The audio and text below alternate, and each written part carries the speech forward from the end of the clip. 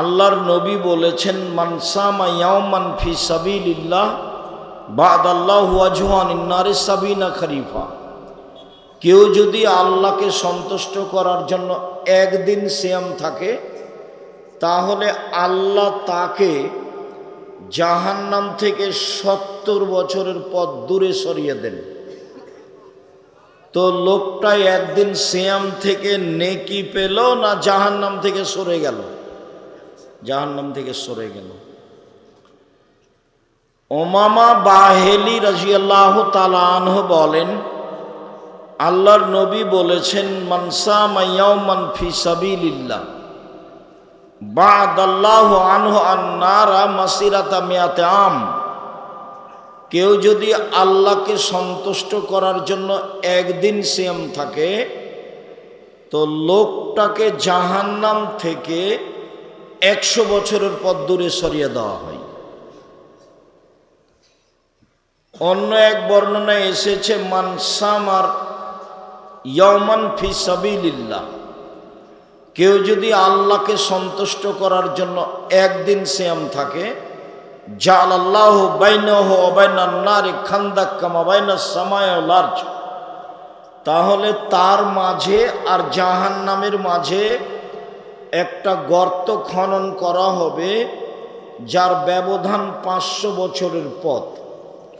ফলাফলে দাঁড়ালো, কেউ যদি একদিন সিয়াম থাকে, তাহলে ও জাহান্নাম থেকে সরে যাবে 70 বছরের পথ। 1 2 কেউ যদি একদিন সিয়াম থাকে, তাহলে ও জাহান্নাম থেকে সরে যাবে 100 বছরের পথ। 3 কেউ যদি একদিন সিয়াম থাকে, তাহলে ও জাহান্নাম থেকে সরে যাবে 500 বছরের পথ। তার মানে 3টি হাদিসের বিনিময় দাঁড়ালো যে একদিন সিয়াম থাকলে ও আর জাহান্নামে যাবে না, জান্নাতে যাবে। কোরআন মাজিদে একটা অক্ষর পড়লে 10 নেকি হয়। ভালো করে ওযু করলে অতীতের সব পাপ মিটে যায়।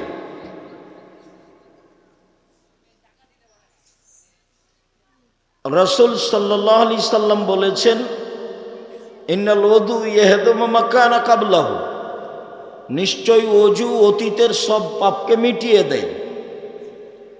ভালো করে ওযু করলে, পায়ে হেঁটে মসজিদে গেলে, সলাতের পরে সলাতের অপেক্ষা করলে পাপ মিটে যায়, মান বেড়ে যায়। পাপ মিটে যায়, মান বেড়ে যায়। একদা আল্লাহ তাআলা আমাদের নবীকে বলছেন, মুহাম্মদ সাল্লাল্লাহু আলাইহি সাল্লাম, আপনি কি বলতে পারেন ফিমা ইখতাসিমুল মালাউল আলা, ওপরে কি নিয়ে হইচই হচ্ছে? তো আমাদের নবী বললেন, নাম, হ্যাঁ আমি বলতে পারি, ফিল কাফারাত। ওপরে ফেরেশতাগণ বলা বলি করছেন, আদমের ছেলে মেয়ের পাপ মিটে যায় কিভাবে, মান বেড়ে যায় কিভাবে, এই নিয়ে কথা হচ্ছে। তাতে আল্লাহর নবী বললেন যে, ইসবাগুল ওযু, সুন্দর করে ওযু করলে পাপ মিটে যায়, মান বেড়ে যায়। ওয়াল মাশু আলাল আকদাম, পায়ে হেঁটে মসজিদে গেলে পাপ মিটে যায়, মান বেড়ে যায়।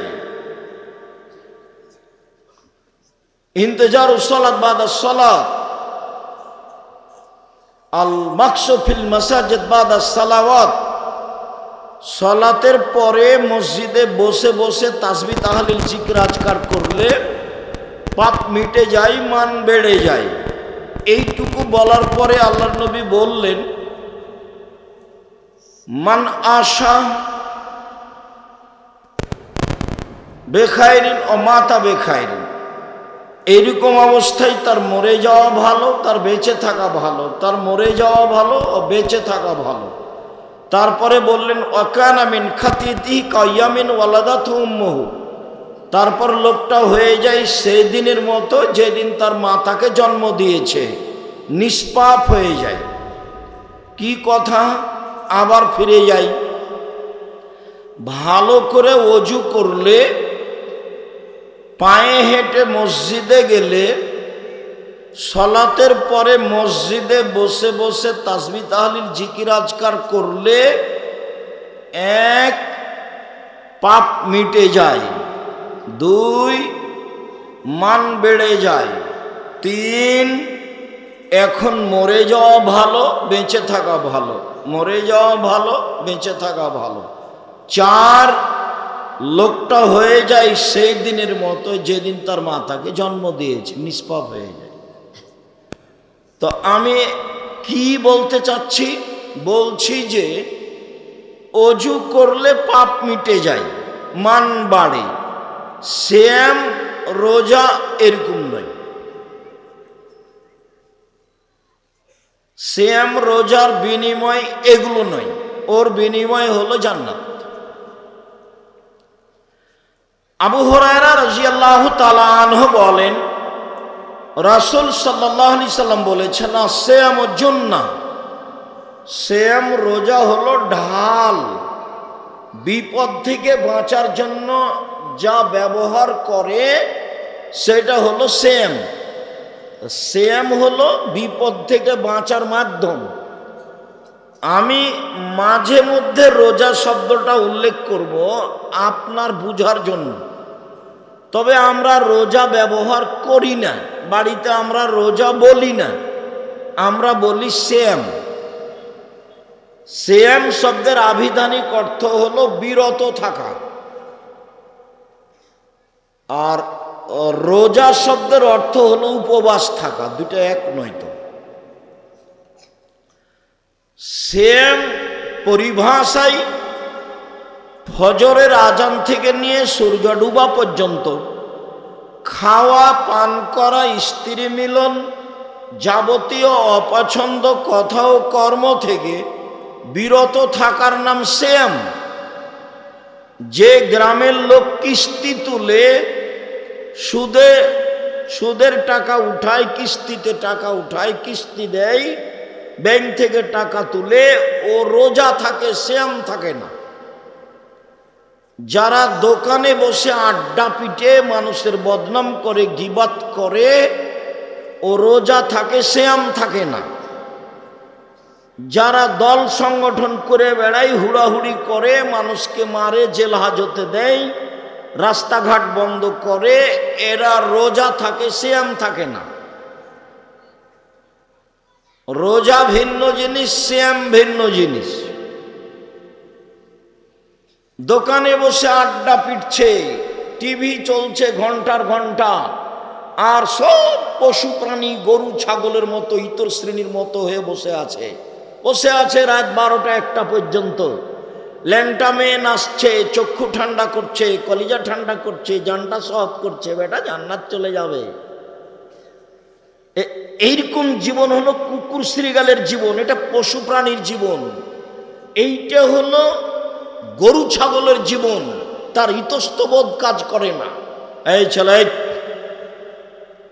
যে লোকটা দোকানে বসে থাকে, টিভি চলছে, ওকে তুমি জিজ্ঞাসা করিও যে চাচা কেমন লাগে এটা, দেখিও জিজ্ঞাসা করে। ওর স্বভাব খারাপ, ওর অভ্যাস খারাপ, ওর খাসলত খারাপ, ও কেমনে এখানে বসে থাকে। আমরা তো ওই দোকানের সামনে দাঁড়াতেই পারি না। 4টে জিনিস মনে রাখতে হবে, যেটা গতবারও বলে গেছি। 1, 5 ওয়াক্ত সালাত, বাস। 2, হালাল রুজি। 3, কোরআন তেলাওয়াত, অন্তত সূরা ইখলাস 24 ঘন্টায় একবার পড়বো, 3 বার সূরা ইখলাস দিয়ে আল্লাহকে বল, এই দেখো আমি কোরআন মাজিদ পড়লাম। 4, আড্ডা পিটা চিরদিনের জন্য হারাম। দোকানে বসে সময় কাটানো চিরদিনের জন্য হারাম। নোংরা শ্রেণীর, ইতর শ্রেণীর, 3rd% পশু প্রাণীর মতো যারা মানুষ, তারাই দোকানে সব বসে থাকে। খারাপ লাগে? খারাপ লাগে কেন? কেন খারাপ লাগবে? আপনি বসে থাকেন, আপনার স্বভাব খারাপ, আপনার অভ্যাস খারাপ, আপনার খাসলত খারাপ, সেই জন্য বসে থাকেন। থাকবেন কেন ওখানে? থাকবেন কেন? ল্যাংটা মেনেছে, ওর দোকানে যত টাকা পয়সা ইনকাম হয় সব হারাম, ওই দোকানের টাকা দিয়ে চাউল কিনে ভাত খেয়ে ইবাদত কবুল হবে না। এই যে বললাম, দেখি কোন মায়ের বেটা উল্টে দেয় ভাবে। ও দোকানে টিভি রেখে পয়সা উপার্জন করার, সব পয়সা হারাম। ভিক্ষা করে খাওয়া ভালো, এই পয়সা উপার্জন করতে হবে না। যেখানে সব বসে আড্ডা পিটবে, আড্ডা পিটা হারাম, চিরদিনের জন্য আড্ডা পিটা হারাম। দুইজন যেখানে বসে গল্প করছে সেখানে আপনি বসবেন না, আপনাকে আমি শক্তভাবে নিষেধ করে আসছি।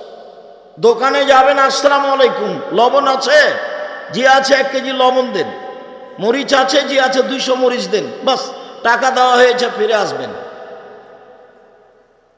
চায়ের স্টলে বসে থাকেন কেন? আমরা তো জীবনও বসি না, তো বলছি বেঁচে আছি তো।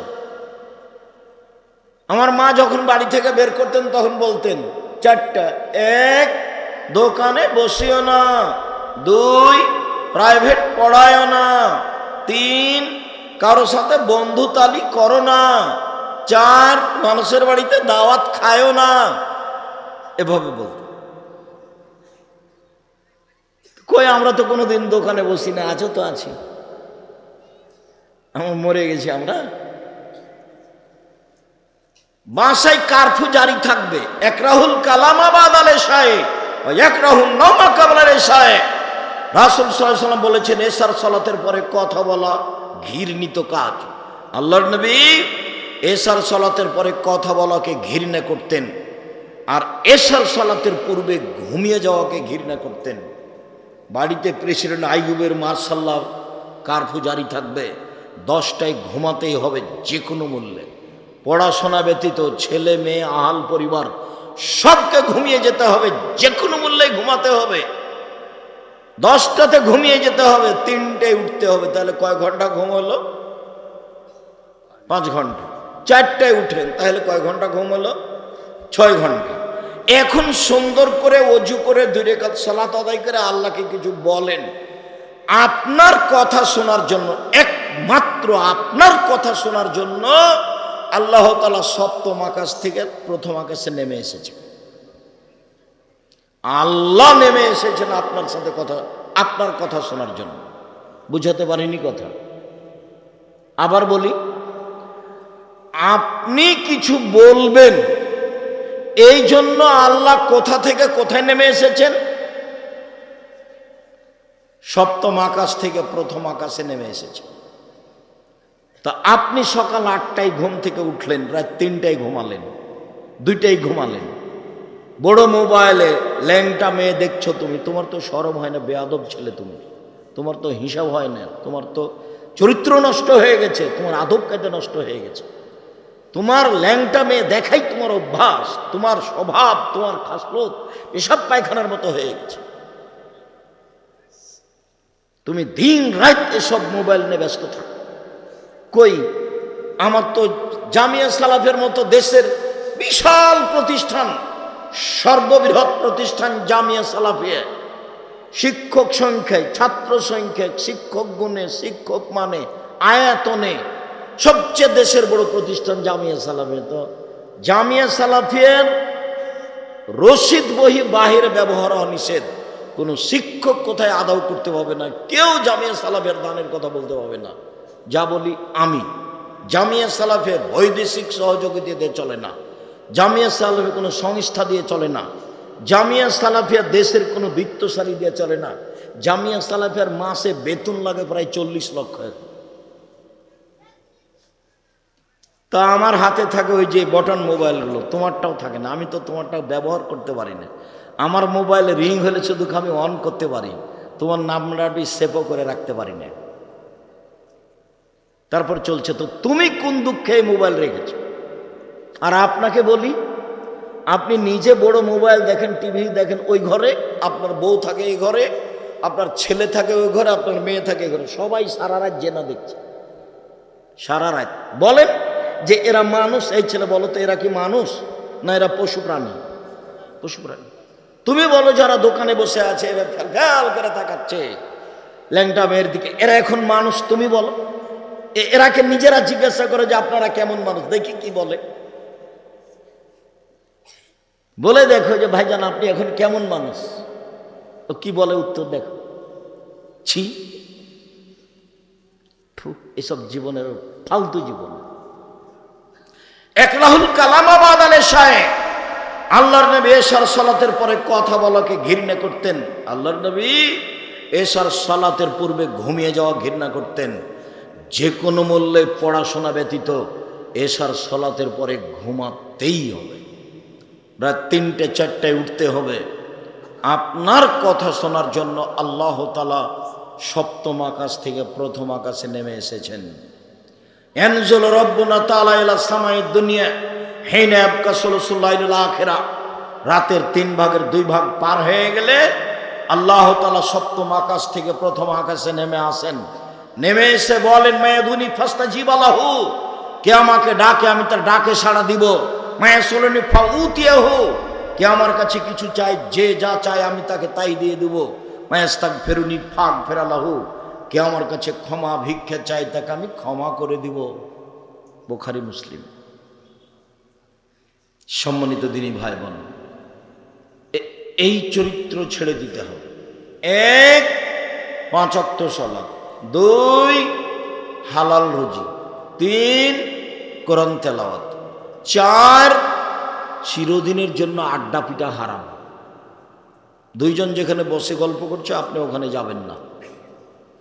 যদি ওখানে ২ জন বসে গল্প করছে, আপনার যদি ২ জনের সাথে কারো প্রয়োজন হয়, আসসালামু আলাইকুম আহমদ ভাই, আপনার সাথে একটু কথা বলতে চাচ্ছিলাম, তো একটু উঠে আসবেন কি? তো উঠে এসে তুমি তোমার কথা শেষ করে এখান থেকে চলে যাও, ওখানে বসতে পারবেন না। কথাকে আমি বুঝাতে পারি? এটাই হিসাব। বসে গল্প করছেন মানে মানুষের বদনাম করছেন। বসে গল্প করবেন কেন? একসাথে বসে গল্প করবেন, বিড়ি খাবেন, সিগারেট খাবেন, হাসি মজাক করবেন, ঠাট্টা বিদ্রুপ করবেন, মানুষের নিন্দা করবেন, দল পার্টির কথা বলবেন। এটা তো আর হয় না। তাহাজ্জুদ পড়ে কি হবে? দল পার্টি করে জাহান্নামে চলে গেছে, ও তো ঢুকতে বাকি আছে, মরেনি, এর জন্য যায়নি। তাহাজ্জুদ দিয়ে কোনো কাজ হবে না, হজ দিয়ে কোনো কাজ হবে না। ওর স্বভাব খারাপ, দিন রাত মানুষের বদনাম করে, ক্ষমতা দেখায়। ও দিয়ে কি হবে? কিছুই হবে না। ১৫,৫০০ বছর পরে হলেও ফেরাউন ডুবে গেছে, আর আপনাদের নেত্রীর বয়স মাত্র ৪৫ মিনিট। জুলুম করে কোনো লাভ নেই। জুলুম করে ক্ষমতা দেখিয়ে সন্ধ্যার সময় ফলাফল শেষ। শুনুন, আবু হুরায়রা রাদিয়াল্লাহু তাআলা আনহু বলেন, রাসূল সাল্লাল্লাহু আলাইহি সাল্লাম বলেছেন, সিয়াম ও জুন্নাহ, সিয়াম হলো ঢাল, ও হিসনুন হাসিনুন মিনান নার, এবং জাহান্নাম থেকে বাঁচার জন্য দুর্গ। যা দিয়ে জাহান্নাম থেকে বাঁচা যায়, যে নিরাপদ স্থান দিয়ে, যে নিরাপদ স্থান হতে জাহান্নাম থেকে বাঁচা যায়, সেইটা হলো সিয়াম, রোজা। এ কথা আমি বলিনি, এ কথা মুহাম্মদ সাল্লাল্লাহু আলাইহি ওয়াসাল্লাম বলছেন। তো সিয়াম পালন করে জাহান্নাম থেকে বাঁচা গেল না নেকি পাওয়া গেল? জাহান্নাম থেকে বাঁচা গেল। এক খেয়ালে আমার দিকে চেয়ে থাকতে হবে, অমনোযোগী হওয়া হবে না কোনো সময়। চলেন, ইবাদতের জগতে ভিন্ন ধরনের ইবাদত সিয়াম। উমামা বাহিলী রাদিয়াল্লাহু তাআলা আনহু বলেন, আমি একদা আল্লাহর নবীকে বললাম, মুরনি বিআমালিন, আল্লাহর নবী আমাকে একটা আমলের কথা বলেন তো, যেটা করে আমি জান্নাতে চলে যাব। তখন আল্লাহ রাসূল বললেন, উমামা আলাইকা বিসম ফাইনাহু মিসলাহু, উমামা তুমি সিয়াম পালন করো। ইবাদতের জগতে সিয়ামের মতো কোনো ইবাদত নেই, অন্য এক বর্ণনা নেই। উমামা বাহিলী বলেন, আল্লাহর নবী মুরনি বিআমালিন, আমাকে একটা আমলের কথা বলেন যেটা করলে আমি জান্নাতে চলে যাব। তখন আল্লাহ নবী বললেন, উমামা আলাইকা বিসম ফাইনাহু ঈদুল্লাহু, তুমি সিয়াম পালন করো। ইবাদতের জগতে সিয়ামের সমপর্যায়ের কোনো ইবাদত নেই একটু। এইটা হলো সিয়াম, আর এটা হলো সালাত। সালাত এমন একটা ইবাদত যার উপরে নির্ভর করে অন্য অন্য ইবাদত। যদি সালাত কবুল হয় বাকি ইবাদত কবুল হবে, যদি সালাত কবুল না হয় বাকি ইবাদত বাতিল হবে। তো এটাও তো কম হলো না, সালাত এক ভিন্ন ধরনের ইবাদত। তারপরে কেউ যদি বলে যে সালাত সিয়ামের মতো, তো হবে না, কথা ভুল হবে। কেন? এটা সিয়াম। আল্লাহ নবী বলেছেন ইবাদতের জগতে সিয়ামের মতো কোনো ইবাদত নেই। তো এখন যদি বলি যে সালাত সিয়ামের মতো, তো হবে না। কেন? সালাতে নেকি পাওয়া যায়, আর সিয়ামে নেকি হয় না, সিয়ামে জান্নাত হয়। তো দুইটা এক হলো কি? কেউ যদি বলে এটা হজ, হজের বিনিময়, হজ যদি কবুল হয় তাহলে লোকটা হয়ে যায় সেই দিনের মতো যেদিন তার মাতাকে জন্ম দিয়েছে, নিষ্পাপ হয়ে যায়। তো এখন যদি বলে হজ সিয়ামের সমপর্যায়ের, তো ভুল হবে কথা। কেন? আল্লাহ নবী বলেছেন সিয়ামের সমপর্যায়ের কোনো ইবাদত নেই। তা আমি বলি হজ সিয়ামের সমপর্যায়, তো ভুল হবে। জাকাত সিয়ামের সমপর্যায়, তাসবিহ তাহলিল জিকির আজকার সিয়ামের সমপর্যায়। যদি বলি কোরআন তেলাওয়াত সিয়ামের সমপর্যায়, একটা কথাও ঠিক হবে না। কেন? সিয়ামের সমপর্যায়ের কোনো ইবাদত দুনিয়াতে নেই। আজকে অবশ্যই সোমবার সিয়াম ছিলেন না কেন? বয়স তো আপনার 60, কেন ছিলেন না? আজ তো সোমবার, সিয়াম ছিলেন না কেন? কেন থাকবেন না? কি কারণে থাকবেন না?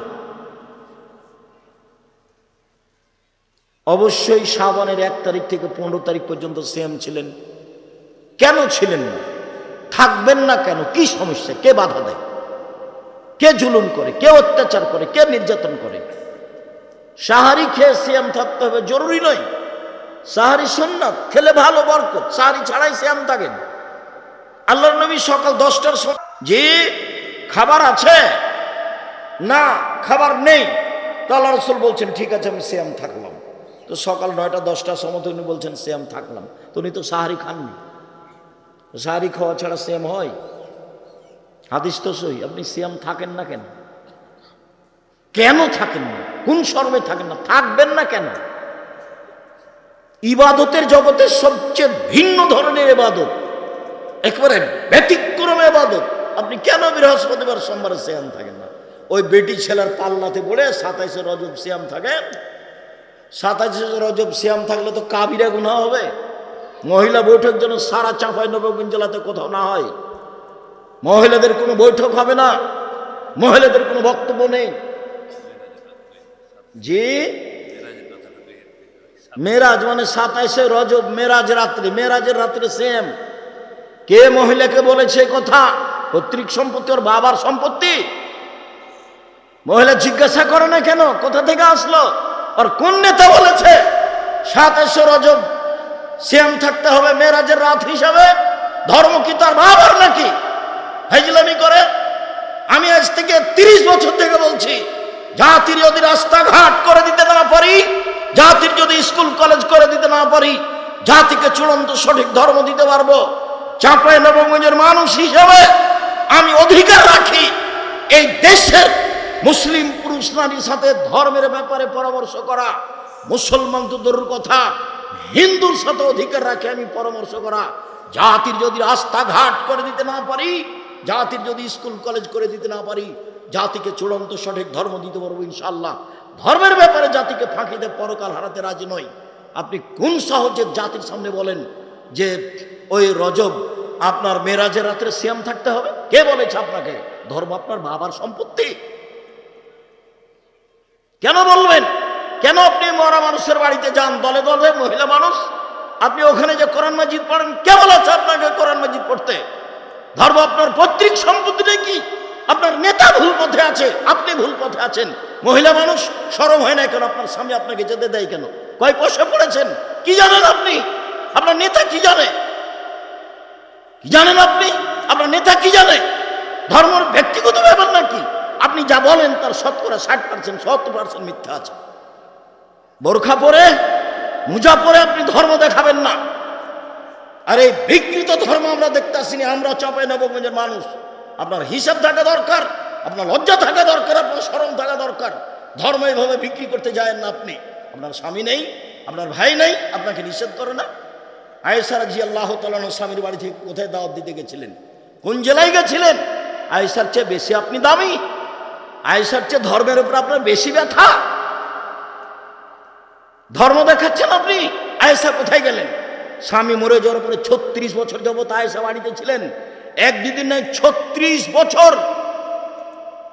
ধর্মের ব্যথায় তিনি কোথায় দাওয়াত দিতে গেছেন? কে আপনাকে এটা শিখালো? মিথ্যা ধর্ম দিনরাত প্রচার করেন বুবু বুবু বলে। ধর্ম এটা নয়, ভুল হিসাব। সম্মানিত দিনী ভাই বোন, বলছিলাম সিয়াম থাকেন। শাবান 1 থেকে 15 দিন একটানা সিয়াম থাকেন। জুলহিজ্জার একটানা 1 থেকে 9 দিন পর্যন্ত সিয়াম থাকেন।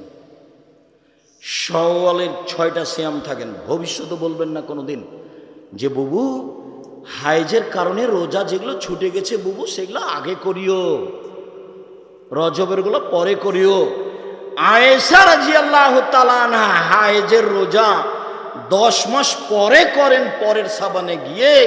আর আপনার ঠেকা বেঁধে গেল, আপনি মহিলা বৈঠকে বলেন বুবু হাইজের কারণে যেগুলো ফরজ রোজা ছুটে গেছে সেগুলো আগে করতে হবে বুবু, তারপরে রজবেরটা পরে করতে হবে, আর শাওয়ালেরটা পরে করতে হবে। কে বলল আপনাকে কথা? হাইজের কারণে আয়েশার রোজা ছুটে গেলে আয়েশা কখন করতেন? পরে, আবার 10 মাস পরে যখন সাবান আসতো তখন। আর আল্লাহ নবী আমভাবে বলে দিয়েছেন যেদিন পারবে সেদিন। 10 বছর পরে করুক, তাতে কি হবে? মরে গেছে গেছে গেছে। হাইজের কারণে রোজা ছুটে গেছে, জীবনে একদিন যেদিন পারবে সেদিন করবে। বলে ছুটে গেছে, মরে গেছে, গেছে গেছি। সম্মানিত দিনী ভাই বোন, শুধুমাত্র ভুল দিয়ে ঘেরা তার চলা, তার ফিরা, তার কথা, তার বার্তা, তার বৈঠক প্রায় সবই মিথ্যে, প্রায় সবই মিথ্যে।